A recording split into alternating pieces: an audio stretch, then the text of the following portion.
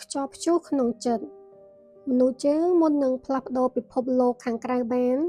យើងត្រូវតែផ្លាស់ប្ដូរពិភពលោកខាងក្នុងចិត្តគំនិតរបស់យើងជាមួយសិនគ្មានអ្នកណាដែលគេចរួចពីព្យុះក្នុងជីវិតគ្រប់គ្នាត្រូវតែឆ្លងកាត់ព្យុះដើម្បីឲ្យខ្លួនឯងកាន់តែរឹងមាំកូនក្មេងមិនធ្លាប់ឆ្លងកាត់ព្យុះជីវិតទើបមិនចេះអត់ធ្មត់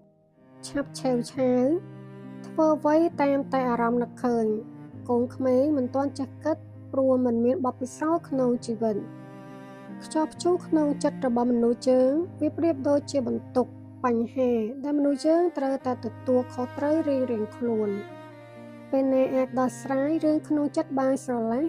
គ្រប់កិច្ចការដែលអ្នកចង់ធ្វើក៏រលូនវាដូចជាគ្មានអ្វីរារាំងបានទៀតទេ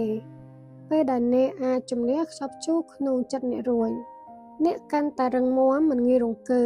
ពេលជួបបញ្ហាជីវិតបន្តទៀតដោយសារតែបទពិសោធន៍ឈឺចាប់ដែលអ្នកបានឆ្លងកាត់ត្រឡប់មកជាកម្លាំងពីខាងក្នុងរុញអ្នកឲ្យអាចចុះឈ្នះអ្វីគ្រប់យ៉ាងពេលជួបព្យុះកុំត្អូញត្អែបើអ្នកចង់ឲ្យខ្លួនឯងកាន់តែខ្លាំងព្រោះបើអ្នកមិនខ្លាំងអ្នកពិបាកក្នុងការរស់នៅក្នុងជីវិតនេះខ្លាំងណាស់ចូលរៀនហោះហើរឲ្យខ្ពស់ជាងខ្ជាប់ខ្ជួសទម្រាំអាចសម្រេចក្តីសុបិនវាមិនមែនជារឿងងាយស្រួលទេសៀវភៅនេះស្រាលហើយវាមានទំហំ A5 សៀវភៅលេខសម្ងាត់មានកម្រាស់278ទំព័រជាប្រភេទសៀវភៅលើកទឹកចិត្តមានការបំផុសជាសំណួរជាច្រើនដើម្បីឲ្យអ្នកអានស្វែងរកចម្លើយចេញពីក្នុងខ្លួនឯងសៀវភៅនេះត្រូវចំពោះអ្នកដែលកំពុងតែស្វែងរកខ្លួនឯងជានរណាកើតមកដើម្បីអ្វី